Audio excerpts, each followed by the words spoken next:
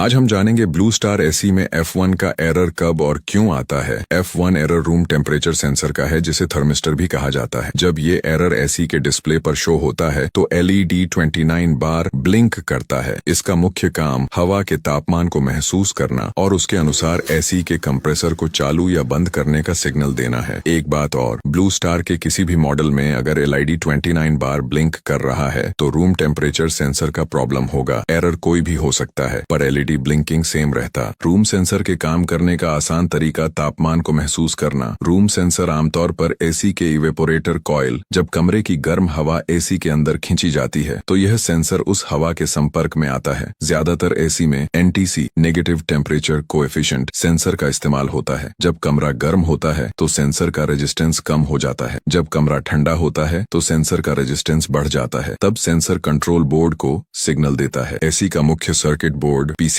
लगातार इस रेजिस्टेंस को मापता रहता है। जब सेंसर PCB बोर्ड को बताता है कि कमरा आपके द्वारा सेट किए गए तापमान जैसे 34 डिग्री सेल्सियस पर पहुंच गया है तो बोर्ड कंप्रेसर को बंद कर देता है। जैसे ही कमरे का तापमान फिर से बढ़ने लगता है, सेंसर का रेजिस्टेंस बदलता है और बोर्ड कंप्रेसर को दोबारा चालू कर देता है। सेंसर खराब होने के संकेत। अगर आपके एसी का सेंसर ठीक से काम नहीं कर रहा है तो आपको ये दिक्कतें आ सकती हैं। नंबर 1, एसी लगातार चलता रहेगा और कमरा बहुत ज्यादा ठंडा हो जाएगा। नंबर 2, एसी बार बार बंद चालू होता रहेगा। नंबर 3, एसी बिल्कुल भी ठंडा नहीं करेगा क्योंकि उसे लगता है कि कमरा पहले से ही ठंडा है। कभी कभी सेंसर के ऊपर धूल जम जाती है या वह अपनी जगह से हटकर कॉइल को छूने लगता है। इससे वह गलत रीडिंग देने लगता है। इसे साफ रखने और सही पोजीशन पर रखने से एसी की कूलिंग बेहतर होती है। और आप लोग कमेंट में बताएं काम कैसा चल रहा है।